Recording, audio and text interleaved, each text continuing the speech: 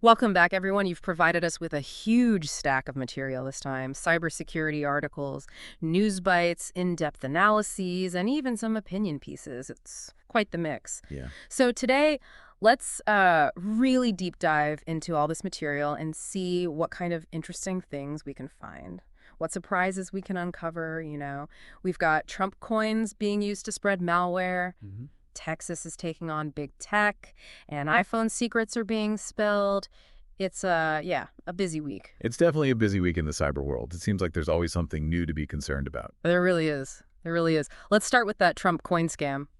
Seems like it happened so quickly. It's kind of like, how could they be so fast? It's remarkable, isn't it? The attackers were able to leverage the Trump coin launch within just 2 minutes. It really highlights the need for vigilance, especially in the fast-paced world of cryptocurrency. A lot of people were caught off guard by how quickly these attackers moved. Yeah, within 2 minutes. 2 minutes. That's incredible. So walk me through how this scam actually works. Okay, so imagine you're interested in these new Trump coins, Okay. and you get an email that appears to be from Binance, a well-known cryptocurrency exchange. Mm-hmm. The email offers an enticing deal, something like, earn up to 2,000 Trump coins just for installing their app. Wow. It's designed to pique your interest Right. and make you act quickly. Right. That sounds tempting if you're interested in those coins. Exactly. But here's the catch. The email directs you to a fake website that's carefully disguised as a legitimate Binance page. Okay. Now, if you're paying close attention, you might notice the discrepancy in the domain name. Hmm. It might look like, binance-web3.com.ru.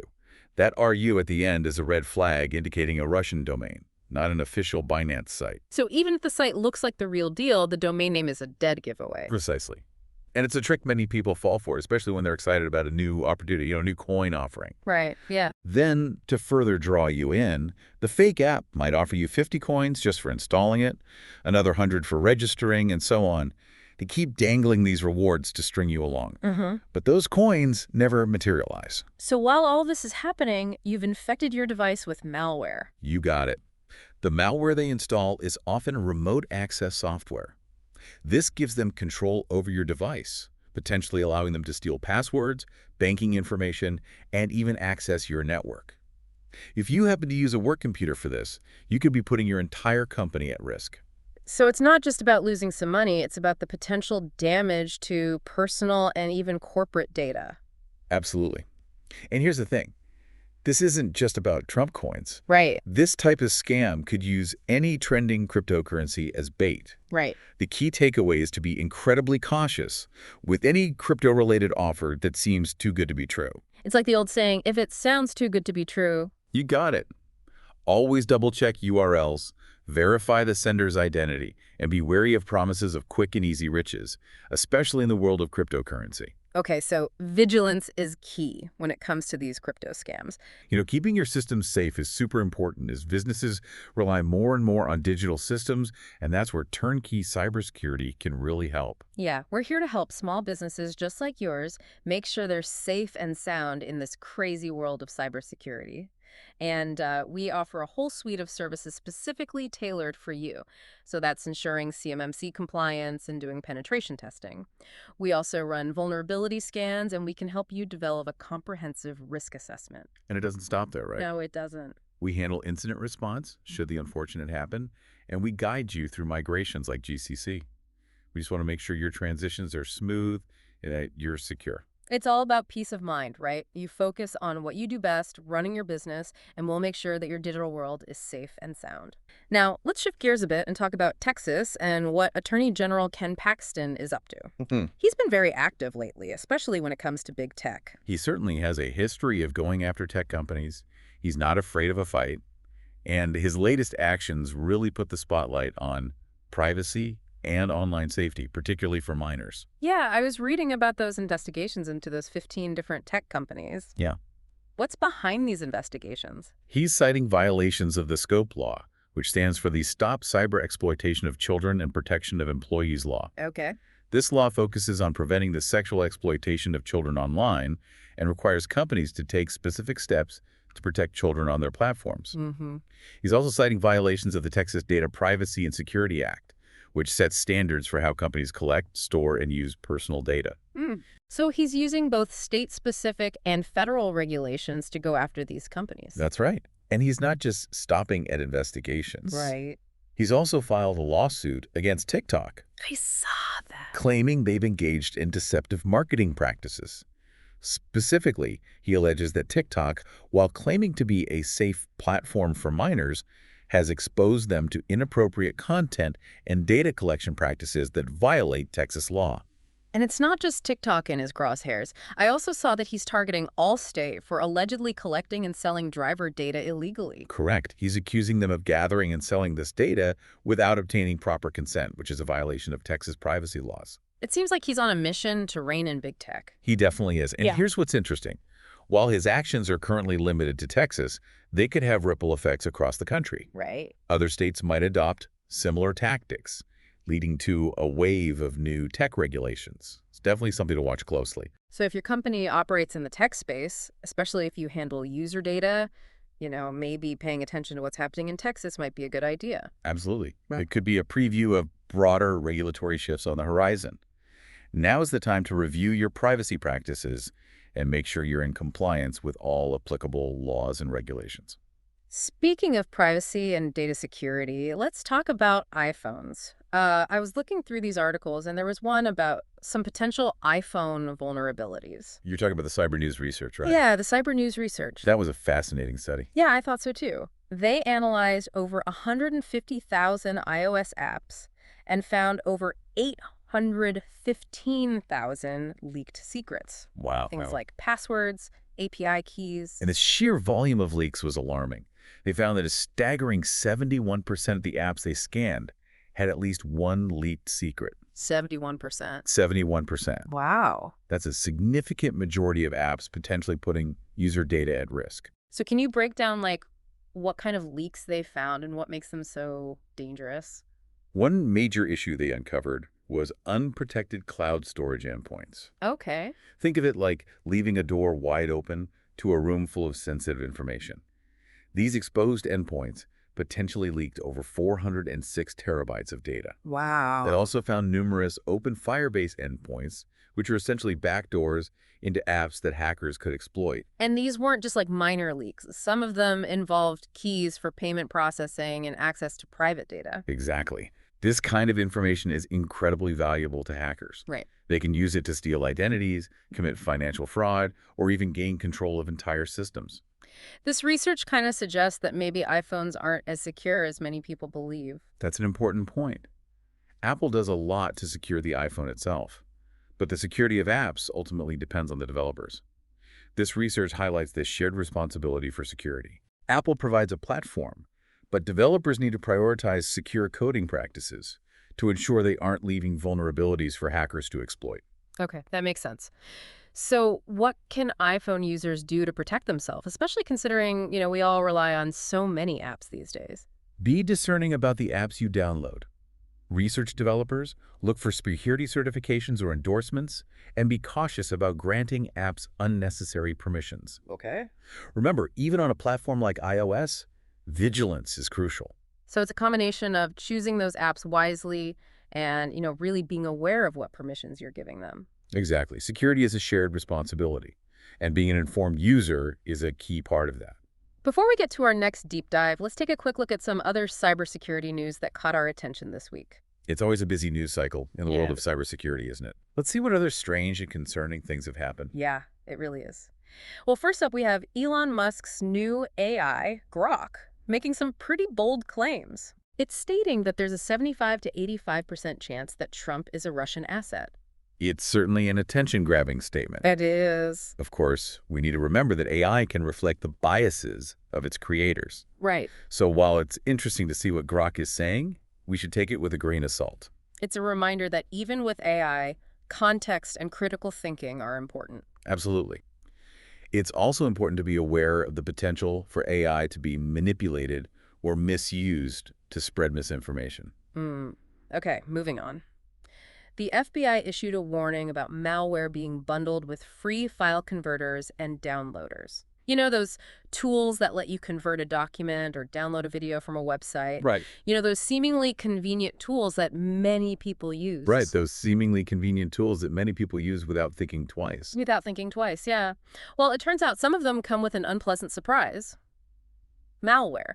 Yeah. It can infect your device when you download and install the software. It's a reminder that convenience often comes at a price. Right. Be cautious when downloading free software, especially from unfamiliar sources. Always check reviews, verify the legitimacy of the website, and use reputable antivirus software. So free doesn't always mean free, especially when it comes to online security. That's a good way to put it. It's always best to err on the side of caution. Now, this next piece of news is a bit concerning. Okay. It seems that CISA, the Cybersecurity and Infrastructure Security Agency, has decided to defund threat sharing programs for states and elections. That's right. They've stated it's no longer a priority, which has raised concerns among cybersecurity professionals and government officials. It seems like a risky move, especially considering the increasing threat of cyber attacks targeting government entities and elections. It does raise questions about preparedness. Right. Without adequate information sharing and support, local governments and election systems are left more vulnerable to these threats. This could have some serious implications for election security and, the integrity of our democratic processes. It's definitely something to keep an eye on. Well, that's just a small taste of the latest cybersecurity news. We've still got a lot to cover, including some fascinating stories about car hacking, encryption debates, and even some low-budget espionage. Wow. So stay tuned. We'll be right back with more deep dives into these headlines. Welcome back. Before we move on, I think it's worth emphasizing how those seemingly minor decisions, like downloading a free file converter, can have significant security implications. That's a good point. We often don't think about the potential risks involved in those everyday actions. Exactly. And that brings us to another story that highlights just how vulnerable our technology can be. Researchers have discovered a way to hack into car radios. Right, car radios. What could they possibly get from hacking a car radio? It's more than just the radio, it's about access. Modern cars are increasingly connected, Right. and that connectivity creates vulnerabilities. By hacking into the radio system, they can potentially gain access to a treasure trove of data. Like what kind of data are we talking about? Well, they can potentially access everything from your phone call and browsing history to your GPS location and Wi-Fi passwords. It's basically turning your car into a surveillance device. That's unsettling. It's like something out of a spy movie. It does raise some serious privacy concerns. And it underscores the importance of securing not just our personal devices, but also the technology embedded in our vehicles. So what can people do to protect themselves from this kind of car hacking? Unfortunately, there's no easy fix. Being aware of the risks is a good first step. Keeping your car's software updated is crucial, Okay. as manufacturers often release patches to address known vulnerabilities. And as always, be cautious about what devices you connect to your car's Bluetooth or Wi-Fi. So being proactive and staying informed. Precisely. Now, speaking of privacy and surveillance, there's been some interesting back and forth regarding encryption backdoors. Right, I saw that some U.S. politicians were criticizing the UK's secret court for demanding these encryption backdoors. Yeah. It's a complex issue with valid arguments on both sides. Right. On one hand, law enforcement agencies argue that these backdoors are necessary for investigating serious crimes. On the other hand, privacy advocates warn that these backdoors could weaken encryption for everyone, making us all more vulnerable to cyber attacks. It seems like such a delicate balance between security and privacy. It is. And the hypocrisy in this particular situation is that the U.S. has its own secret court, Right. the FISA court, The FISA court. with similar powers to demand access to encrypted data. So it's a bit of a double standard. It certainly appears that way. It highlights the ongoing debate about government surveillance and the need for transparency and oversight. Okay, this next story is almost too strange to be true. It involves Bulgarian spies operating as Russian assets, but their methods were anything but sophisticated. It sounds like a case of truth is stranger than fiction. What did they do? Well, instead of using high-tech gadgets and elaborate schemes, they resorted to tactics like honey traps, kidnapping, and even murder. It's a reminder that espionage isn't always about slick gadgets and sophisticated hacking. Sometimes it's surprisingly crude and brutal. It definitely shatters the Hollywood image of spies. It does. And it also highlights the fact that human vulnerabilities can be just as exploitable as technological ones. Now, on a more serious note, there's been another data breach, this time affecting New Era life insurance. Data breaches are unfortunately becoming all too common. What happened in this case? They exposed the personal information of 300,000 customers. And what's even more concerning is that it took them 3 months to even realize they'd been breached. And even then, they weren't sure what data had been stolen. That's a major red flag. It points to a lack of proper security monitoring and incident response protocols. Knowing what data has been compromised is crucial for mitigating the damage and informing affected individuals. It seems like they were caught completely off guard. It does. This situation highlights the need for companies to invest in robust cybersecurity measures, not just to prevent breaches, but also to detect and respond to them effectively. It seems like the healthcare sector is constantly under attack. You're right. Healthcare organizations are prime targets for cybercriminals. They hold vast amounts of sensitive patient data, including medical records, financial information, and insurance details. And we've seen multiple healthcare breaches in recent weeks, haven't we? We have United Back Care, Artistic Family Dental, and even the DuPage County Health Department have all reported breaches exposing sensitive patient data. It's a stark reminder that cybersecurity is about more than just protecting financial assets. It's about safeguarding people's health and well-being. Absolutely. And the consequences of a healthcare data breach can be far-reaching, potentially impacting patient care, privacy, and trust in the healthcare system. Speaking of targets, the city of Mission, Texas, has declared a state of emergency after a cyber attack. Texas seems to be having a particularly rough time with cyber attacks lately. It does. What happened in Mission? Hackers were able to gain access to a wide range of city data, including protected health information, civil and criminal records. Wow. Basically anything else the city had stored electronically. It's a significant breach with potentially serious consequences for residents and city operations. Sounds like a major disruption. Yeah. And it's not an isolated incident in Texas, is it? No, it's not. Hospitals, utilities, and other municipalities in Texas have also fallen victim to cyber attacks in recent months. It makes you wonder if there's something specific about Texas that's making it such a target. It's difficult to say for certain without further investigation. It could be a combination of factors, from lax security practices to the state's critical role in various industries. Well, let's hope they can get to the bottom of it and strengthen their cybersecurity posture. It's essential. Cybersecurity is an ongoing challenge, and it requires constant vigilance and adaptation. Okay, before we dive into some more headlines, I want to circle back to a theme we've touched on a few times: the increasing sophistication of AI. It seems like every week there's a new story about AI doing something amazing or sometimes something unsettling. You're right. AI is rapidly evolving, and it's having a profound impact on many aspects of our lives, including cybersecurity. I remember that story about the president easing offensive cyber attacks on Moscow in an attempt to negotiate with Putin. Hmm. It seems like that approach didn't really work as intended. Cyber warfare is a complex and delicate domain. Yeah. Using cyber attacks as a bargaining chip is a risky strategy with unpredictable consequences. It highlights the challenges of navigating international relations in the digital age. It certainly does, and it raises important questions about the ethical and legal implications of cyber warfare. Now, speaking of international intrigue, North Korea has been making headlines for its prowess in cryptocurrency laundering. They've become quite adept at it, haven't they? It seems so. They've managed to launder a staggering $1.4 billion in cryptocurrency, making it incredibly difficult to trace. Cryptocurrency, with its decentralized and often anonymous nature, presents unique challenges for law enforcement agencies. It's become a tool for criminals seeking to move money under the radar. So it's a double-edged sword. Cryptocurrency offers benefits in terms of privacy and financial freedom, but it also creates opportunities for illicit activities. Exactly. It highlights the need for greater regulation and oversight in the cryptocurrency space. Okay, this next story is a bit confusing. The UK government, after pushing for encryption backdoors, has decided to withdraw its encryption guidance. The advice they were giving people to use encryption to protect their data. It does seem like a mixed message. Right. On one hand, they're acknowledging the importance of encryption, but on the other hand, they're undermining it by seeking backdoor access. It's hard to reconcile those two positions. It makes you wonder what their real stance on encryption is. It's the question many people are asking. It highlights the ongoing tension between security, privacy, and government surveillance. Well, at least there's some good news on the law enforcement front.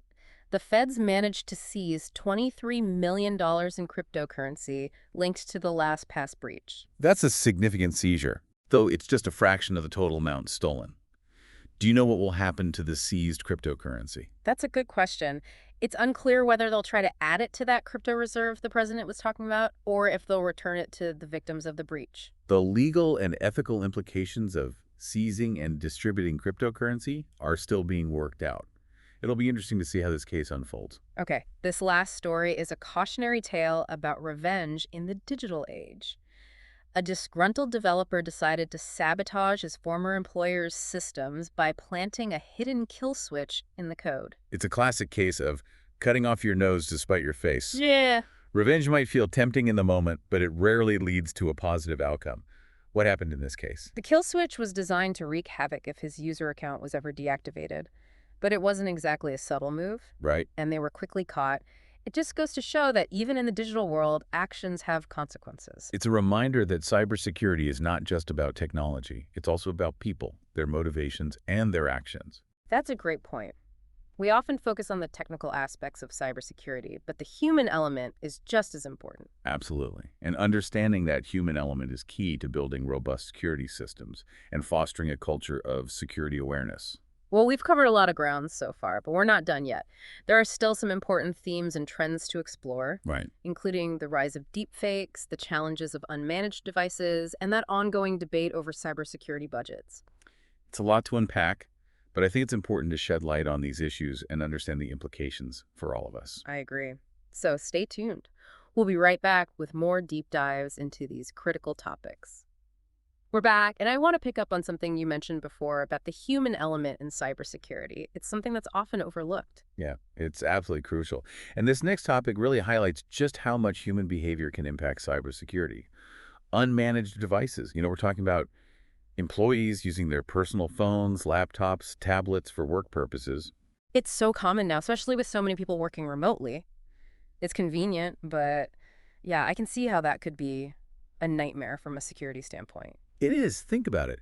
You have employees accessing sensitive company data on devices that aren't managed or monitored by the IT department. Right? These devices might not have the same level of security as company-issued devices, making them more vulnerable to malware and data breaches. So a compromised personal device could become an entry point into the company's entire network. Exactly, and that's a significant risk that many companies haven't fully addressed. So what can companies do to manage this risk, especially with, the rise of remote work and everything? Well, there are solutions out there like mobile device management or MDM software. Okay. This type of software allows IT departments to remotely monitor and manage devices, enforce security policies, and even wipe data if a device is lost or stolen. That sounds like a good step. It is, but implementing and enforcing these policies can be a challenge, especially when dealing with a remote workforce.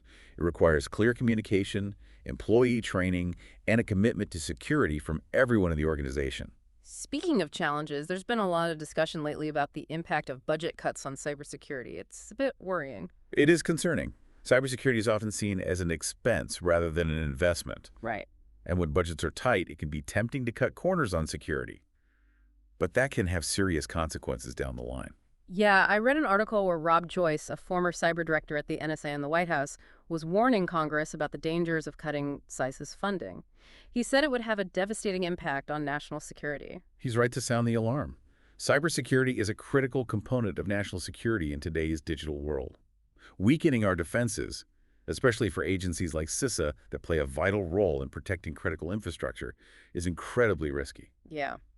It seems like we're constantly hearing about new threats emerging. It feels like a never-ending battle. It is an ongoing challenge, Right. and it requires a proactive and adaptable approach. But it's not all doom and gloom. There are also positive developments in the world of cybersecurity. Like what? I'm ready for some good news. Well, GitHub just announced that they're releasing 2 of their enterprise-level security features as standalone products. Oh, that's interesting. What are those features and why is that a good thing? One is called GitHub Secret Protection.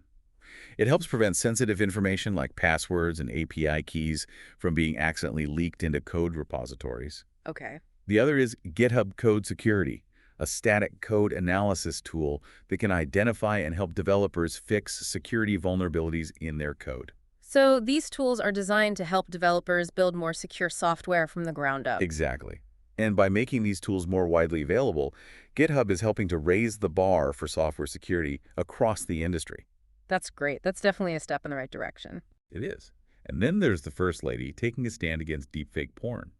She testified before a House committee in support of the Take It Down Act, which would require online platforms to remove deepfake porn within 48 hours. That's good.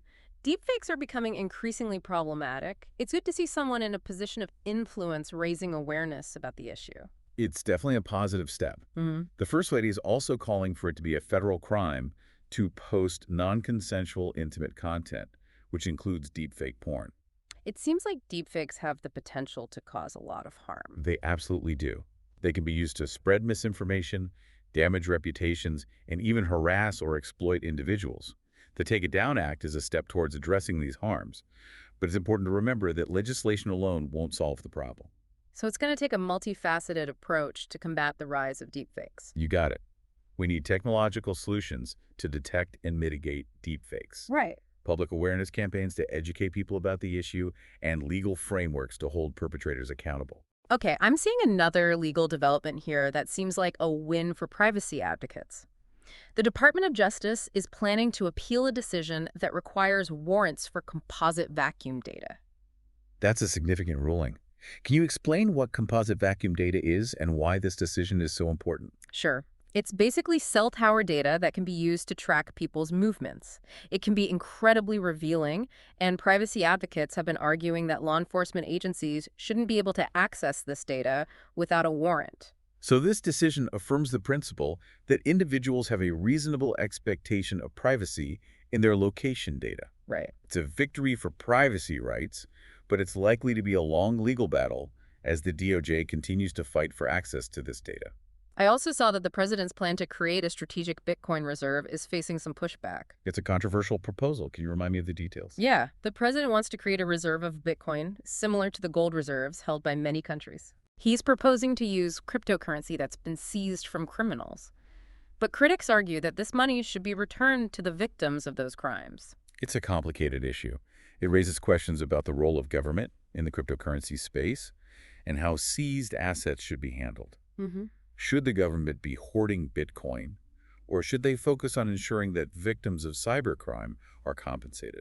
It's a tough call. There are strong arguments on both sides. It's a debate that's likely to continue as cryptocurrency becomes more mainstream and governments grapple with how to regulate and manage it. Okay, before we wrap up, I want to bring up one last story that serves as a reminder that even in the digital age, physical security still matters. It's easy to get caught up in the world of cyber threats, but we can't forget about the physical world. Exactly. The DuPage County Health Department recently lost control of a bunch of paper records during a building renovation. They don't know where these records ended up, but they suspect they might have been destroyed. It's a cautionary tale that cybersecurity isn't just about protecting digital data. It's about safeguarding information in all its forms. So even with all the advancements in technology, sometimes it comes down to basic things like locking file cabinets and shredding sensitive documents. It's about having a comprehensive security approach that considers both physical and digital vulnerabilities. Well, we've certainly covered a lot of ground today, from Trump coin scams to iPhone vulnerabilities, from car hacking to deep fakes, from budget cuts to the debate over encryption backdoors. It's been a whirlwind tour of the cybersecurity landscape. Yeah, we've seen how these issues impact individuals, businesses, and governments alike. It's clear that cybersecurity is not just a technical issue, it's a societal issue that requires attention and action from all of us. So what's the key takeaway for our listeners today? The main takeaway is that cybersecurity is a shared responsibility. It's not just about what governments and corporations do, it's about the choices we make as individuals. Every click, every download, every password we create has implications for our security and privacy. So we need to be informed, vigilant, and proactive about protecting our data and our digital lives. Absolutely. Stay informed about the latest threats, be cautious in your online activities, and take steps to secure your devices and your data. Well said.